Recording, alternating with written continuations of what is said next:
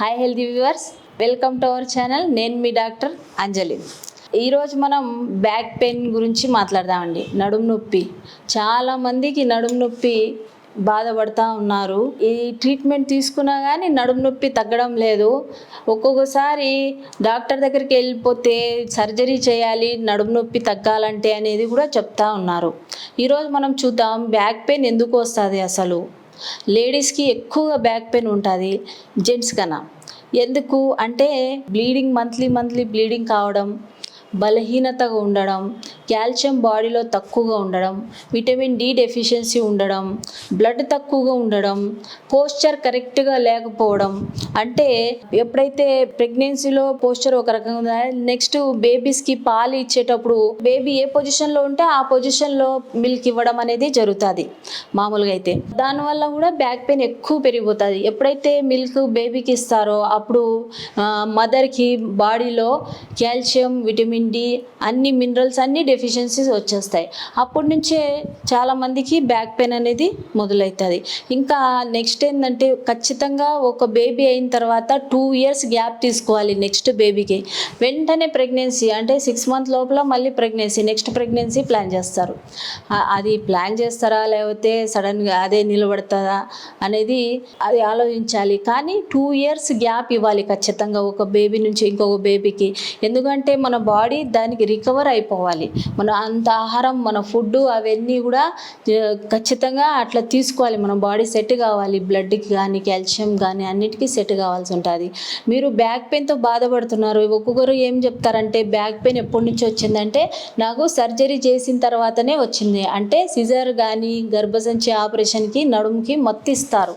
మామూలుగా అయితే మత్తు ఇచ్చేటప్పుడు ఏమంటుంది అంటే అది నరాలు అనేది నర్వ్ ఇంజురీ అవుతుంది.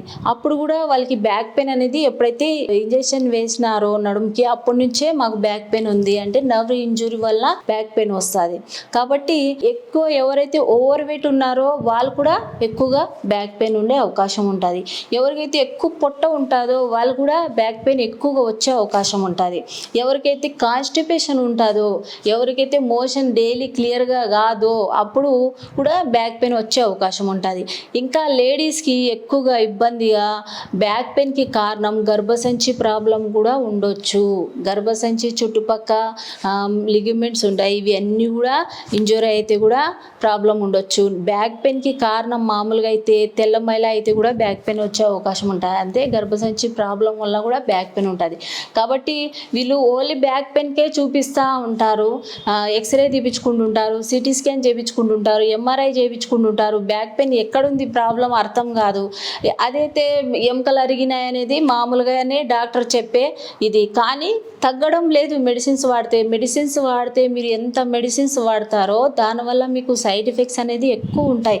ఎప్పుడైతే మీరు కాల్షియం ట్యాబ్లెట్స్ డైలీ వేసుకుంటుంటారో అప్పుడు మీకు కిడ్నీలో రాళ్ళు వచ్చే అవకాశం ఉంటుంది. ఎందుకంటే కాల్షియం ట్యాబ్లెట్ వేసుకుంటే మీరు వాటర్ అనేది ఎక్కువ తీసుకోవాల్సి ఉంటుంది. అది మీకు డాక్టర్ ఖచ్చితంగా చెప్పాలి. ఇంకా నెక్స్ట్ ఎప్పుడైతే మీరు పెయిన్ కిల్లర్స్ వాడతారో, నొప్పుల మాత్రలు వాడతారో అప్పుడు మీకు గ్యాస్ట్రైటిస్ వచ్చే అవకాశం ఉంటుంది, గ్యాస్ ట్రబుల్ వచ్చే అవకాశం ఉంటుంది, కడుపులో అల్సర్స్ వచ్చే అవకాశం ఉంటాయి, కడుపులో పేగులో పుండ్లు పడే అవకాశం ఉంటుంది. కాబట్టి మీరు బ్యాక్ పెయిన్కి అనవసరమైన మెడిసిన్స్ ఎక్కువ వాడకుండా అసలు కారణం ఏంది, ఎందుకు బ్యాక్ పెయిన్ అవుతుంది అనేది ఖచ్చితంగా తెలుసుకొని దానికి తగిన మెడిసిన్స్ వాడితేనే బాగుంటుంది. ఎక్కువ వేసుకుంటూనే ఉంటారు. బ్యాక్ పెయిన్ రకరకాలుగా ఉంటాయి. మామూలుగా అయితే ఎముకలు ఉంటాయి, మొత్తం ఇలా ఎముకలు అనేది ఉంటాయి మామూలుగా అయితే. ఈ ఎముకల వల్ల ప్రాబ్లం అంటే ఎముకలు అరిగిపోవడం వల్ల బ్యాక్ పెయిన్ వస్తుంది మీకు. ఇంకా ఏంటంటే ఎముకల మధ్యలో ఇంటర్వర్టిబ్రల్ స్పేస్ ఉంటుంది, ఇంటర్వర్టిబ్రల్ డిస్క్ ఉంటుంది. ఆ డిస్క్ అనేది బల్జింగ్ అంటే మధ్యలో మనకు మెత్తది బోన్స్ అనేది ఉంటాయి, ఎందుకంటే బెండ్ కావాలి కదా. అది ఏమవుతుందంటే మీరు ఓవర్ స్ట్రెయిన్ చేసినప్పుడు అది ఒక్కొక్కసారి బల్జ్ అంటే బెండ్ అయిపోయి లోపలది ఎముక అనేది సెట్ కాకుండా కొంచెం ముందర జరిగింటుంది. మామూలుగా అయితే చెప్పింటారు ఉబ్బిపోయింది అని చెప్పడం జరుగుతుంది.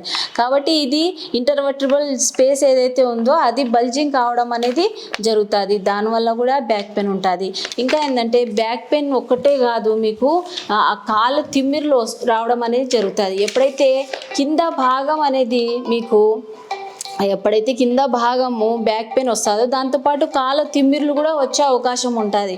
ఎవరికైతే బ్యాక్ పెయిన్ మధ్యలో ఉంటుందో వాళ్ళకి పొజిషన్ సరిగా ఉండకపోవడం వల్ల బ్యాక్ పెయిన్ రావడం అనేది జరుగుతుంది. పొజిషన్లో మీరు లేకపోతే కూడా ఈ బ్యాక్ పెయిన్ అంటే మీరు ఎప్పుడైతే పొజిషన్ పాస్చర్ అనేది మెయింటైన్ చేస్తారో అప్పుడు మీకు బ్యాక్ పెయిన్ అనేది తగ్గిపోతుంది. మీరు ఈ బ్యాక్ పెయిన్ తగ్గాలంటే మీరు ఏం చేయాలి, మందులు వాడాలా లేకపోతే ఏం చేయాలంటే ఖచ్చితంగా మీరు 40 days రెస్ట్లో ఉండాలి.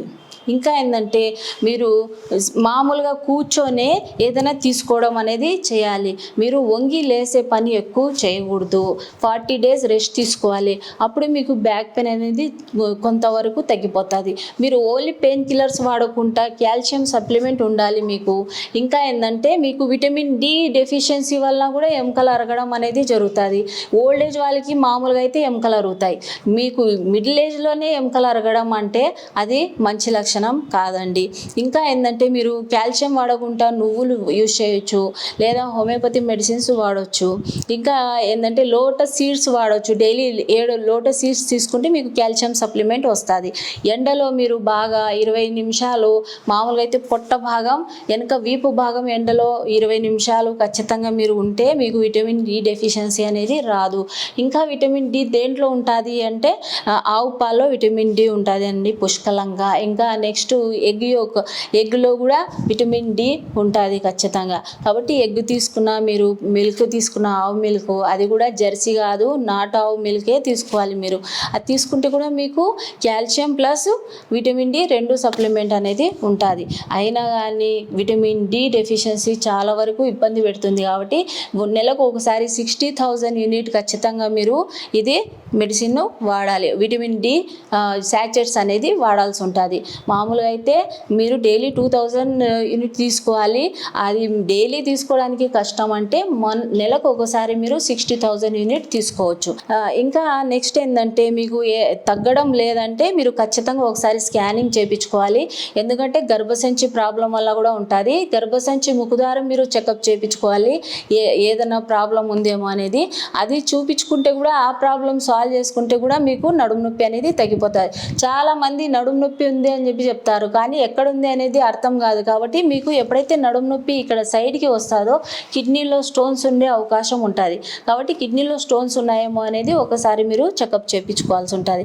ఇంకా ఏంటంటే రకరకాల కారణాలు ఉంటాయి. బ్రెయిన్ ఇది చూడండి, క్రానిక్ బ్యాక్ పెయిన్ అనేది ఉంటుంది. బోన్ ఇన్ఫెక్షన్ ఎప్పుడైనా కానీ బోన్ ఇన్ఫెక్షన్ వస్తే మామూలుగా అయితే టీబీ ఆఫ్ బోన్ అనేది మన ఇండియాలో చాలా ఎక్కువ ఉంది. ఇన్ఫెక్షన్ ఏమైనా ఉందేమో చెక్ చేయించుకోవాలి. నర్వ్ డ్యామేజ్ ఎప్పుడైతే మీకు నడుముకి సూది వేస్తారో, మత్తు ఇంజెక్షన్ వేస్తారో అప్పుడు కూడా నర్వ్ డ్యామేజ్ ఉంటుంది. లేదా నర్వ్ ఇన్ఫెక్షన్ ఉంటే కూడా మీకు నర్వ్ డ్యామేజ్ అయ్యే అవకాశం, దాంతో కూడా బ్యాక్ పెయిన్ వచ్చే అవకాశం ఉంటుంది. ఇంకా ఏంటంటే బ్రెయిన్ అండ్ స్పైనల్ యాబ్సెస్ అంటే ఎప్పుడైతే బ్రెయిన్లో స్పైనల్ అంటే లోపల నరాలు పంపించేది ఒకటి స్పైనల్ కార్డ్ అంటాం. దాంట్లో యాబ్సెస్ ఫామ్ అయితే కూడా మీకు యాబ్సెస్ అంటే చీమగడ్డ ఫామ్ అయితే కూడా మీకు అప్పుడు కూడా బ్యాక్ పెయిన్ వచ్చే అవకాశం ఉంటుంది. ఏ కారణం వల్ల అంటే ఎంఆర్ఐలో మీకు ఇది బయటపడుతుందండి. ఇంకా ఏంటంటే పోస్ట్ సర్జరీ పెయిన్ నేను చెప్పినాను కదా మీకు.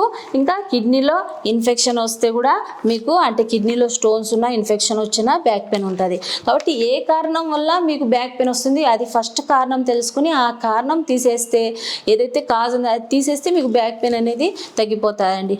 సర్జరీ అయితే మీరు ఎప్పటికీ చేయించుకోకండి. బ్యాక్ పెయిన్కి మెడిసిన్స్ వాడుతూ హోమియోపతి మెడిసిన్ సేఫెస్ట్ మెడిసిన్.